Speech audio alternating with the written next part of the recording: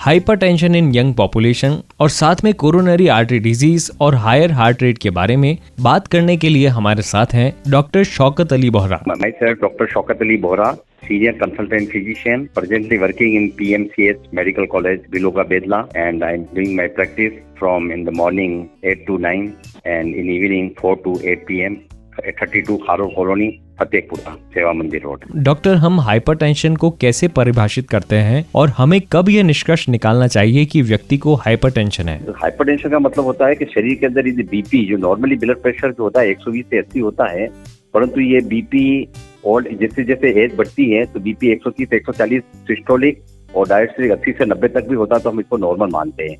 परंतु जब इससे ज्यादा बढ़ जाता है, मतलब जैसे 160 तक आ गया तो माइल्ड है और इससे ज्यादा हुआ तो मॉडरेट और एकदम ज्यादा बीपी बढ़ जाता है तो सीवियर हाइपरटेंशन हम कहते हैं, मतलब उसको हाई, एकदम हाई बीपी उसको पेशेंट को। डॉक्टर, हाइपरटेंशन में हृदय गति की प्रासंगिकता क्या है? देखो, हाइपरटेंशन क्या है कि हाई बीपी या उच्च रक्तचाप कहते हैं अपन इसको, ये एक तरह का साइलेंट किलर है, चुपचाप मारने वाली बीमारी। जैसे अपने शरीर में ब्रेन है तो उसमें खून का थक्का जम जाना, ये हेमरेज हो जाना है, जैसे कहते हैं पैरालिसिस हो गया इसको, वो हो जाता है। इसी तरह अपने आंखों में हमें थोड़ा सा धुंधलापन और दिखने में कम हो जाता है रेटिना पे, और वहाँ पे वेसल को इन्वॉल्व करता है। इसी तरह अपन नीचे हमें हार्ट पर, तो हार्ट पे इसको हार्ट अटैक की बहुत ज्यादा संभावना बढ़ जाती है और हार्ट फेल्योर हो जाता है उसके अंदर।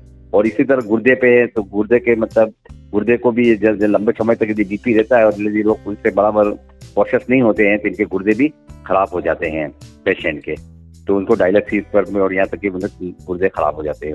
और जिसको बीपी और साथ में मान लो शुगर की बीमारी है तो ये कॉम्प्लिकेशन और ज्यादा बढ़ जाती है उनके। डॉक्टर, हाइपरटेंशन के मरीज को दवा के साथ क्या सावधानियां बरतनी चाहिए? देखो, बीपी के लिए आजकल का जो आधुनिक युग है तो इसमें क्या है कि जैसे नॉन कम्युनिकेबल डिजीज जैसे बीपी की, डायबिटीज, हार्ट की बीमारियां बहुत ज्यादा हो रही है, तो मैं उन लोगों को कहना चाहूंगा कि वो बराबर समय पर योगा करें, खाने पीने में ध्यान रखें, मतलब जैसे वसा युक्त चीजें हैं उनका कम सेवन करें, और साथ में यदि मालूम उनको डायबिटीज है तो शुगर की चीज भी वो कम ले, मीठी चीजें कम यूज करें।